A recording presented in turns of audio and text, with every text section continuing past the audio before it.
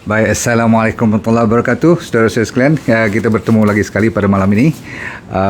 Saya kira semua sudah bersedia. Kita akan terus pergi ke topik yang agak masin ataupun bagi mereka yang dah cukup hidup, cukup masin hidupnya, kita nak cerita tentang salt, tentang garam. Jadi kat sini siapa yang pernah makan berapa jenis garam? Cuba you tulis kat saya nak tahu berapa jenis garam yang you makan. Okey, maksudnya garam bukit ke, garam biasa ke, ataupun garam apa-apa lagi lah kan.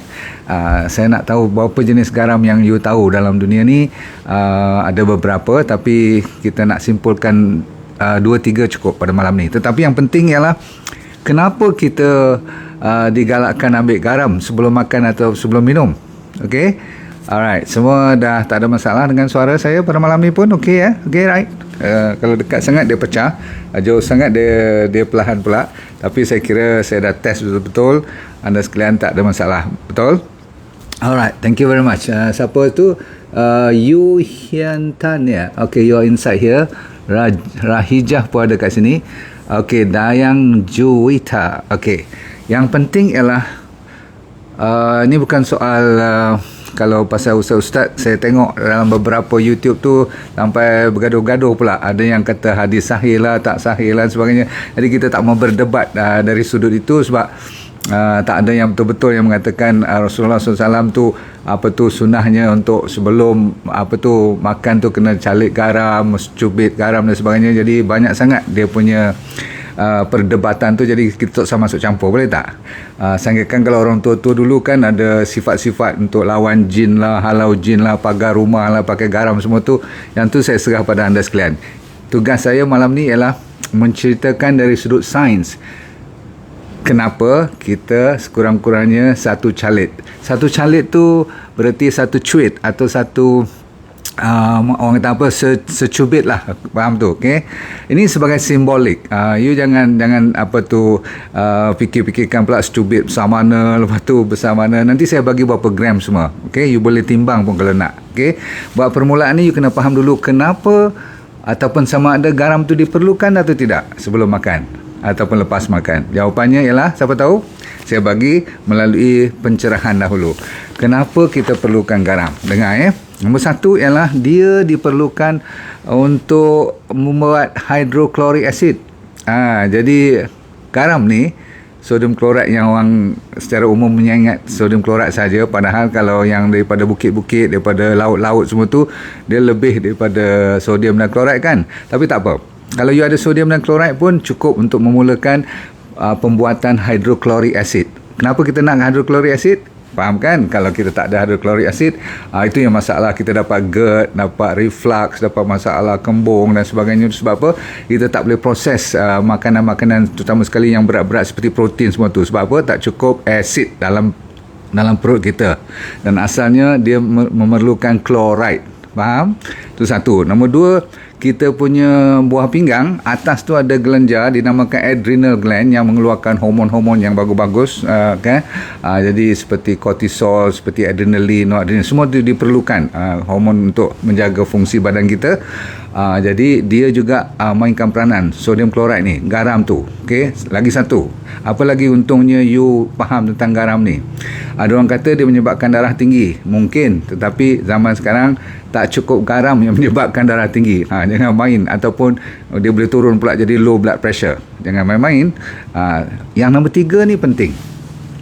Zaman-zaman pandemik ni, you tahu tak, rupanya garam pun memainkan peranan penting untuk meningkatkan imuniti kita. Yelah, garam saja tak cukup lah, tapi sekurang-kurangnya garam sebabkan dia jaga banyak fungsi badan. Contohnya dari sudut untuk signal otak kita tu, signal neuron kita tu perlukan garam. Jangan main. Kita punya fluid balance, air kita cecair dalam badan banyak, sikit, kurang, jangan main-main. So kita perlukan untuk hormon, untuk fungsi enzim kita tu, nak ambil kalsium semua dalam badan perlukan sodium. Kalau tak ada sodium, kalsium pun tak ada. Jangan main-main. Kalau kalsium tak ada, dah tak boleh pump pula kita punya jantung dan sebagainya, otot kita pun jadi lemah dan sebagainya. Jadi kita kena tahu garam paling antara penawar yang terbaik di dunia. Nombor satu ialah udara bersama dengan air, lepas tu datangnya garam. Nampak tu dia punya kebesaran Allah bila dia buat. Nampak macam garam pasir biasa je, tetapi sebenarnya dia memainkan peranan yang amat besar. Okey, seterusnya dia menjaga insulin. Jadi bagi orang-orang yang banyak makan gula ataupun yang ada diabetes, garam memainkan peranan untuk menjaga kestabilan insulin. Lepas tu untuk menjaga supaya body kita hidrasinya cukup, maksudnya cukup air, tak lebih tak kurang. Faham? Dan ujung-ujung sekali dia ada satu yang dinamakan sodium potassium pump. Yang ni you tak payah ingat, tapi pendekkan cerita macam ni lah. Kalau pump ni tak bergerak ataupun berfungsi dengan baik, dia tak boleh otot kita berfungsi dengan baik, nak menguncup ataupun nak relax, kan contraction, relaxation tu, kita punya saraf tak boleh hantar signal dan kita punya sel tak boleh berfungsi secara normal. Dahsyat lah tu. Jadi tuan-tuan sekalian, cukup dulu kalau saya bagi setakat tu punya fungsi dengan garam saja. You pening kepala kalau tak cukup. Jadi berapa banyak nak cukup garam ni? Sebelum tu, you nak tahu tak you cukup tak cukup? Tengok kalau selalu badan you tak ada masalah lain, cuma komplain pasal selalu fatigue aja, you letih, kemungkinan garam tak cukup, jangan main. Nombor dua, you senang pening kepala. You nak tahu tak, lain kali kalau pening-pening biasalah, bukan sampai migraine semua tu, itu kena ambil mungkin ubat juga kan, kena emergency juga sampai dah nak pengsan, muntah tu lain lah. Tapi kalau pening-pening biasa ni, cuba you ambil contoh, ni saya punya Rexall, tapi you boleh ambil garam yang bagus, garam yang berkualiti. You buka tu, lepas tu buat macam tu, lepas tu you orang kata apa, you letak atas lidah, hujung lidah, bagi rasa garam tu, dia sampai signal, dia boleh melegakan pening kepala pun. Jadi kalau you travelling, tahu tak travelling, you pergi bawa kereta jauh-jauh, kadang-kadang jalan bengkang-bengkok dan sebagainya, so, sebelum tu you minum air yang bergaram sikit. Okey, buat aje lah, buat. Okey, sebab ni memang dah ada orang buat kajian untuk muscle twitching. Kalau selalu otot you suka menguit, apa orang panggil twitching ni, cuik-cuik tu, dia macam bergerak-bergerak. Ada tak? Sekali-sekali kan kita duduk tengok TV sembang dengan kawan, sekali otot kita cecet, dia twitching, kan, macam tak boleh kontrol. Okey, itu check sama ada garam cukup tak cukup. Nombor dua, you ada spasm tu, dia macam cramp, lepas tu dia tak mau lepas. Kalau dia tangkap malam-malam tengah tidur, memang sakit betul kan. Itu salah satu daripadanya. Sebelum you pergi nak buat makan apa-apa, nak pergi cari ubat apa-apa, main dengan garam je dulu. Faham? Okey. So far so good, boleh ikut semua? Okey, good.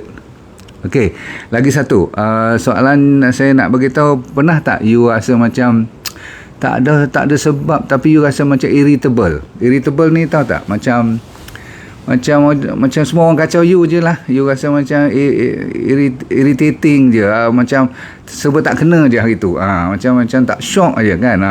Kalau masa tu orang kacau je, memang melenting-lenting lah you. Ada macam tu? Ataupun you memang perangai macam tu? Tak, maksudnya waktu yang you tak cukup garam, lepas tu kalau you bermasalah, memang you lebih irritable. Faham tak? So kalau boleh, macam saya ni, kat mana-mana saya pergi, kalau dalam rumah ke kat office ke, mesti ada satu garam saya letak kat tepi ni lah, tepi meja ke apa. Sebab kalau kita nak minum je, kita sama ada masuk dalam air pun boleh, tapi saya selalunya jilat je, ataupun saya colek dengan jari manis ke jari mana pun tak apa, jangan pula ni yang jadi berdebat tu, tak boleh kena jari kelingking je. Tak, relax. Okey, yang penting berapa jumlah. Sekejap je lagi saya beritahu. Seterusnya, you dapat tahu muscle you tu tak pasal-pasal jadi lemah. Macam nak naik tangga jadi macam berat je kaki you, tak pasal-pasal kan. So check, mungkin tak cukup garam. Seterusnya, you punya mental fogging, maksudnya jadi blur sikit. Pemikiran you tu macam lupa-lupa, tak boleh ingat. Orang panggil apa, kelabu sikit. Pemikiran you macam jadi blur lah. Lambat nak dapat ingatan apa-apa tu, bukan sampai nyanyuk, tak. Okey, tetapi ini salah satu sebabnya garam.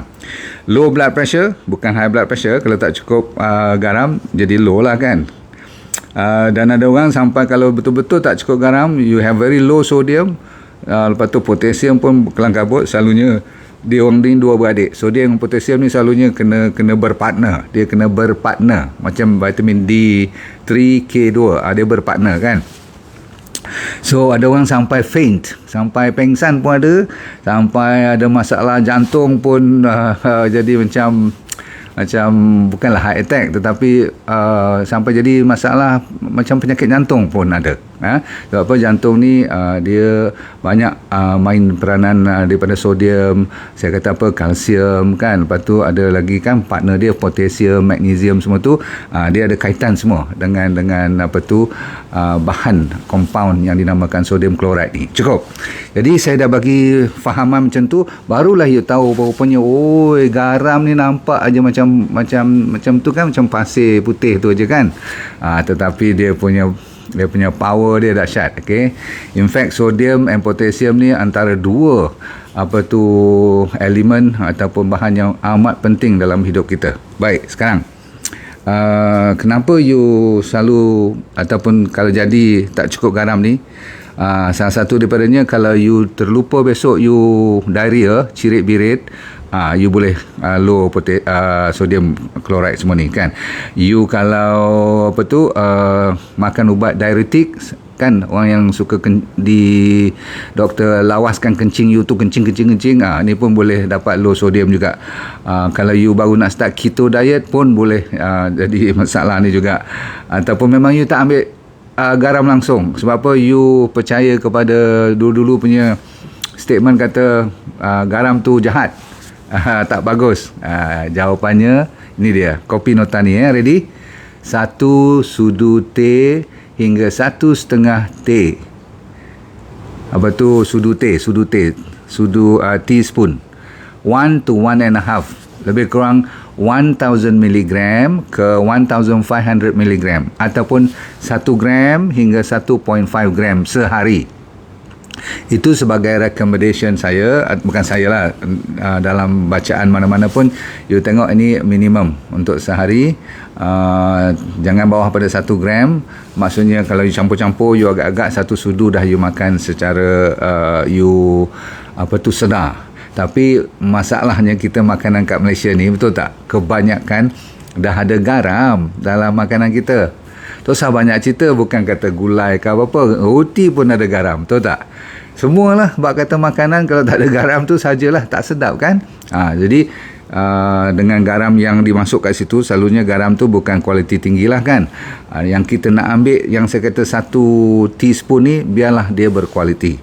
Sekarang saya bagi peluang pada anda sekalian, dah ambil nota tadi, 1 hingga 1,5 sudu teaspoon, boleh? Okay, right. Bukan sekali ngap macam tu, okay.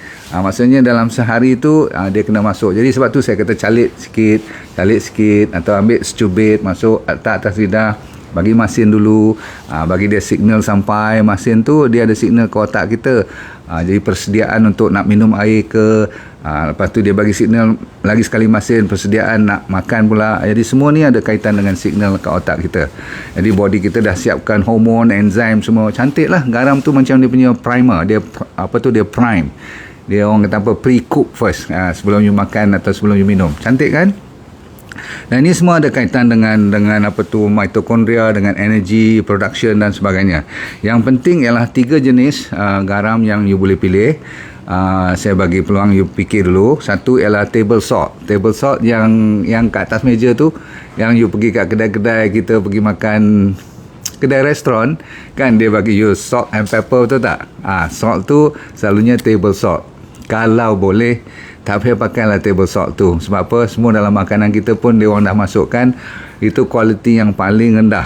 Maksudnya yang paling murah dan telah di bleach. Tahu bleach tak? Bleach ni maksudnya telah diputihkan macam beras. Dah tak ada tinggal apa sangat dah tak ada lagi mineral-mineral yang terbaik, sebab dia dah heat, dia dah panaskan, dan dia tak letak balik bahan-bahan yang tambahan seperti trace mineral semua tu, maka tinggallah sodium dan chloride saja. Yang ni yang boleh penyebabkan high blood pressure tu, boleh faham? Dan you kena tahu garam-garam yang macam ni, walaupun apa you kata pun dalam tu dah ada anti-caking. Sebab tu garam tu berapa lama, berapa bulan, berapa tahun pun kat situ dia tak akan berketul. Pasal apa? dia ada pelawan caking, dia tak akan berkumpul, dia tak akan berketul. Dan selalunya bahan ni diperbuat daripada aluminium. You bayangkan aluminium, hari-hari you aluminium kan. Tu jadi sensitif lah. Dulu saya cerita pasal periuk pun orang dah buat cerita, tapi kita relax. Malam ni kita cerita pasal garam. Be careful of your table salt, sebab ada sugar pun dalam tu. Tak maaf saya cakap ni, kok you rasa macam tak masuk akal, pergi study betul-betul. Gula pun ada, aluminium pun ada. Okay. Jadi nombor 2 choice-nya ialah sea salt, iaitu garam daripada laut. You boleh pilih yang ni. Yang ni saya galakkan you boleh ambil daripada mana pun tak apa, asalkan dia bersih. Orang kata daripada Celtic salt, laku lah garam Celtic tu di negara Eropah tu. Memang Celtic salt terkenal sebab katanya laut ni bersih betul. Sebab apa? Lain pada yang terkenal, yang telah dikenal pasti laut-laut yang bersih ni, lain laut semua banyaknya ada apa dipanggil mikroplastik. Tahu mikro? Mikro maksudnya halus, tak nampak di mata, tapi dalam garam tu ada plastik. Daripada mana datang plastik ni? You tanyalah, daripada mana datang? Daripada kita sendiri. Ni yang kita kata kita menzalimi diri sendiri. Anak cucu kita nanti makan balik garam tu, plastik yang kita buang ke laut. Kan banyak ikan dah mati kan, tak kira ikan kecil besar, kesian dia orang. Kalau you potong perut dia orang kan, yang ikan-ikan besar-besar ni lah, ikan you, ikan paus, semua tu dia bila buka dia punya perut tu penuh dengan plastik-plastik. Faham? Jadi dalam laut, garam bila di-evaporated, dah diproses, dalam tu ada mikroplastik. Jadi berhati-hatilah nak ambil sea salt yang tak terkenal. You lebih baik ambil yang seterusnya. Nombor 3 pilihannya ialah Himalayan pink salt, ataupun Himalayan salt pun cukup lah. Asalkan dia tulis, kadang-kadang dia pink, kadang-kadang dia kurang pink sikit. Yang penting dia harus datang daripada Pakistan. Ini Tuhan sebenarnya bagi rezeki untuk orang Pakistan. Jadi orang lain tak boleh claim kata daripada India ke, daripada Ceylon ke, daripada Indonesia ke, Vietnam ke, Malaysia pun tak boleh. You ambil lah garam daripada laut mana pun, tak sama dengan garam Himalaya. Bukit mana pun tak sama. Dia ada special Tuhan bagi. Berkurun, beribu-ribu tahun lama khazanah ni bila diproseskan, jadi the pure Himalayan salt is one of the best. Sebab apa? Dia terkenal pasti ada 84 jenis mineral lagi selain daripada sodium dan klorid sahaja. Jadi malam ni cukup dulu, saya dah cerita panjang lebar supaya you faham kenapa you kena sekurang-kurangnya 1 calit garam ataupun secubit garam sebelum makan atau sebelum minum. Faham tu? Boleh tak you makan 2 kali je sehari, you habiskan setengah sudu, lepas tu malam you ambil setengah sudu. Saya rasa tak berapa cantik kalau you buat macam tu, sebab body kita tak suka sudden tinggi sangat terus lepas tu tak ada pula. Lebih baik sedikit demi sedikit. You pun takkan minum 2 kali sehari je kan. You mungkin minum sekurang-kurangnya 5 kali sehari kan. So 5 kali lah cubit. You agak-agak dah lebih kurang 1 sudu teh. Okey, Alhamdulillah. Campur dengan makanan you lagi. Dan diharapkan janganlah terlalu masin makanan-makanan you. Sebab apa? Kalau terlalu masin makanan tu, garam tu adalah garam yang bukan berkualiti tinggi. Ada satu lagi jenis yang saya buat untuk diri saya. Masa saya buat RX water dulu, cerita sikit, saya tak tahu tentang garam. Saya minum air je. Rupanya kalau kita cuma minum air je, masa tu saya jumpa RX water kan, saya buat untuk nak lawan kemoterapi saya, nak detox semua. Dan Alhamdulillah. Tapi kalau lama sangat belah petang, kalau terlalu dilute body kita, terlalu banyak air, tak bagus. Sebab apa? Nanti kita ada satu masalah namanya hyponatremia. You akan dapat satu keadaan di mana sodium you terlalu rendah dalam badan you. Tu saya kata tadi, kalau sodium tak cukup, banyak masalah. Tak pasal-pasal muscle cramp dan sebagainya. So saya belajar masa tu apa yang dinamakan garam RX salt. RX salt ni ditingkatkan dengan tambahan garam bukit daripada Barrio. Saya belajar, you tahu kan Barrio very good salt dia. Lepas tu saya belajar daripada Korea, namanya bamboo salt. Yang tu yang terkenal. Jadi kita campur, kita buat khas untuk orang-orang yang macam saya lah, yang pernah kena kanser, yang nak bagi kualiti tinggi sikit. Tapi tak semestinya you ambil RX salt. You ambil Himalayan salt pun cukup. Ambil Celtic salt pun lebih pada baik dah. Saya terpaksa lah jaga diri sikit. But this is very very good. Alright, namanya RX salt. Okay, anyway, Yang penting ialah saya nak bagi sikit lagi penjelasan.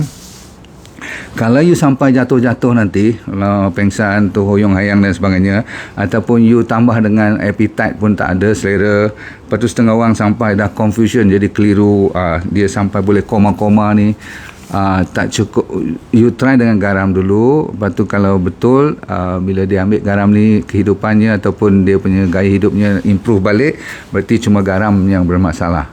Sebab orang sampai boleh kena stroke pun kalau tak cukup garam ni. Okey. Apa lagi yang saya miss? Saya rasa krem saya dah cakap tadi kan. Otak boleh jadi bengkak dan sebagainya tu. Dia jadi edema. Dia panggil apa tu, brain edema kalau tak cukup garam. Dahsyat ni. Alright, saya kira saya dah bagi semua penjelasan. Ada soalan apa-apa? Kalau tak ada, saya ingin bagi satu nasihat kepada sekalian. Boleh tak contoh, tak kira budak-budak ataupun orang besar, rasionya supaya you tak confuse sangat, selalunya supaya you tak over ataupun under minum dengan tambahan garam tu, selalunya saya galakkan secubit ataupun secalit, 2 calit. Tengoklah lekat tak lekat you punya jari tu kan. Secukup rasa masin, cukup masin untuk 500 ml. Lepas tu you habis 500 ml tu, you nak mula 500 ml lagi sekali, you calit lagi, ataupun you cubit tak atas lidah. Faham tu? Faham? Ataupun you katakan kalau tak mau main dengan jari you nak ambil apa tu, sudu, you ambil 1/4 je daripada sudu teh yang kecil tu, 1/4. Then when you take 1/4, then you finish your drink, or you can add into your 500 ml of water. Is that clear? Boleh tak? Okay, kalau you exercise, of course you kena lebih lah kan. Katakan you minum sampai 2.5 liter tu, dah 5 kali you calit lah, 5 kali you cubit-cubit lah garam tu. Ingat ya, ratio selalu saya bagi dalam D&D diet, saya kata apa, 2 calit ataupun 1 cubit pun boleh untuk 500 ml. Habis nak mula balik, start balik dengan garam juga. Lama-kelamaan you jadi habit, insyaAllah. Ini bukan soal mau tak mau buat, tapi sebenarnya kewajipan kita menjaga sodium dan potasium cukup, dan juga mineral-mineral yang cantik-cantik. Jangan cuma ambil sodium klorid sahaja. Baik, Assalamualaikum warahmatullahi wabarakatuh. Saya lupa, besok bermula dengan daripada pagi ni lah, pukul 12 kejap lagi, kita dah buat promosi PKP. Kesian sebab ramai orang minta kat saya, zaman-zaman PKP ni tak ada kerja lah, masalah duit dan sebagainya. Saya nak sambung buat promosi special bermula daripada besok, insyaAllah. Kita buat dalam 10 hari ini untuk you mengambil kesempatan untuk mendapat juga, terutama sekali sacha inci dan haba gel. Memang ramai yang minta, tapi kadang-kadang terasa tertekan masalah duit dan sebagainya, tu saya bagi promosi. Boleh? Banyak lagi lah produk-produk lain supaya you boleh check dengan partner saya ataupun dengan admin saya. So saya ulang, besok promosi PKP untuk bulan Jun ni. Ambil kesempatan. Yang paling seronok saya cerita, haba gel dah ada sekarang, walaupun kita perlu 5-6 hari, tapi you dah boleh dapat. Dan sacha inci soft gel memang dah habis, kena tunggu bulan depan, tapi kita masih banyak, bukan banyak lah, cukup untuk sachetnya. So you ambil promosi sachet, boleh buat sementara bulan ni. Bulan depan saya ingat soft gel tu datang balik. Assalamualaikum warahmatullahi wabarakatuh. Jaga diri baik-baik. Tolong tekan share, tekan like, tekan love kalau boleh. Saya lupa nak suruh. Tak pernah terfikir pun nak suruh you buat tu semua. Okay, bye.